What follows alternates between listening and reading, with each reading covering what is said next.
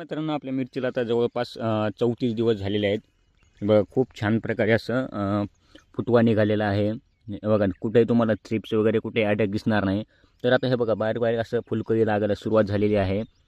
Colour एकदम छान प्रकारे आहे आणि सगळ्या झाडांची ग्रोथ बघा, सगळ्यांची ग्रोथ एकदम सारखी आहे. कुठेही तुम्हाला थ्रिप्स वगैरे दिसणार नाही. आता जे नवीन नवीन पाला निघला होता, हे बघा, बारीक असा हलका थ्रिप्स त्याच्यामध्ये अटॅक होता. तर याच्यामध्ये आता आपण काल परवा सिमोडिकची फवारणी केलेली आहे. त्याचे रिझल्ट एकदम चांगल्या प्रकारे आहे. बघा, पलीकडच्या साईडला टोमॅटो आहे, त्याला पण आता जवळपास आता सगळ्या झाडांना फुलं लागलेली आहेत. काही झाडांना टोमॅटोसुद्धा लागायला सुरुवात झालेली आहे. तर आपण आज याच्यामध्ये कॅल्शियम नायट्रेटची फवारणी घेणार आहे. याचा एक आपल्या भाजीपाला पिकामध्ये खूप चांगला असा रोल आहे. याच्यामधून झाडांना सूक्ष्म अन्नद्रव्य भेटले जातात. हे बघा, टोमॅटोला तर जवळपास हे बघा, प्रत्येक झाडाला चांगल्या प्रकारे असं फुलं लागलेले आहेत. बारीक बारीक टोमॅटोसुद्धा लागायला सुरुवात झालेली आहे. तर याच्यामध्ये आपण आज महापीड कंपनीचं कॅल्शियम नायट्रेट घेतलेलं आहे.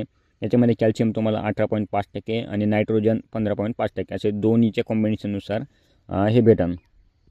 तर यानं तुम्हाला कॅल्शियमनं झाडांची वाढ होईल आणि त्याच्यामध्ये मुळांची वाढ होईल आणि पुढे चालून जे फळ फुटण्याचं वगैरे कारण असतं त्याच्यामुळे पूर्ण कंट्रोलमध्ये येतं. फुलगळती ही कमी होते, फळांची गळती ही कमी होते. असं बरंचसं त्याच्यामध्ये आपल्याला फायदा भेटतो. आणि सगळ्यात महत्त्वाचं म्हणजे झाडांनाही सूक्ष्म अन्नद्रव्य भेटले जातात.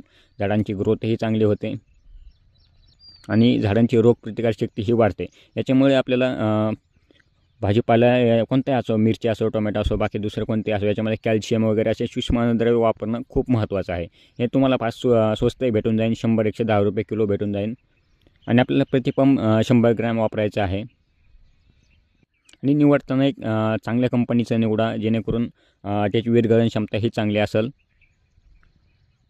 आणि होईल तोपर्यंत ड्रिप न देता याच्या फवारणीमध्येच याचा वापर करा.